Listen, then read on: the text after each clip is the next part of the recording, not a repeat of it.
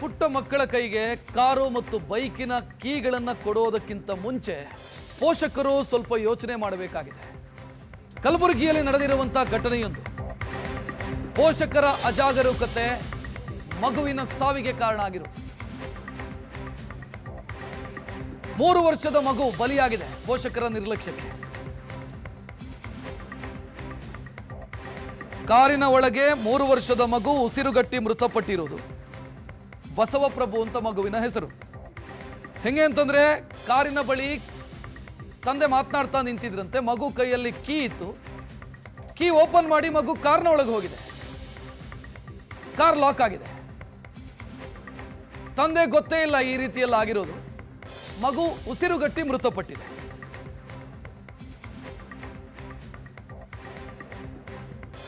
ಮಗು ಎಲ್ಲೋ ಹೋಗಿದೆ ಅಂತ ಹುಡುಕಿದ್ದಾರೆ.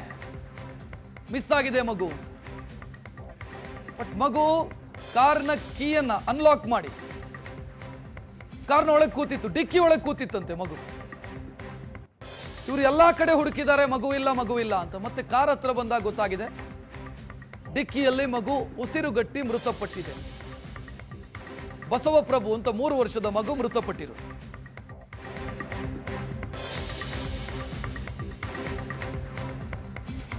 ಒಟ್ಟೂರೇಶ್ವರ ಮುತ್ಯ ಎಂಬವರ ಮಗು ಬಸವಪ್ರಭು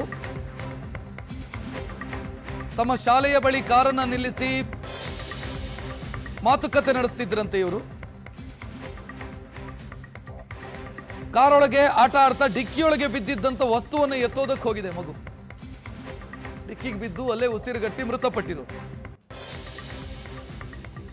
2 ಗಂಟೆ ನಂತರ ಮಗು ಕಾರಲ್ಲಿದೆ ಅಂತ ಗೊತ್ತಾಗಿರೋದು ಪೋಷಕರಿಗೆ.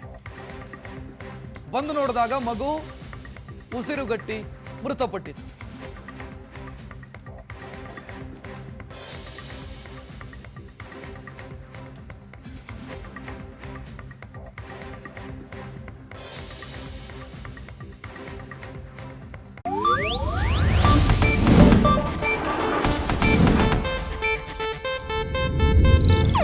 ಇದು ಏಷ್ಯಾನೆಟ್ ನ್ಯೂಸ್ ನೆಟ್ವರ್ಕ್ ಪ್ರಸ್ತುತಿ.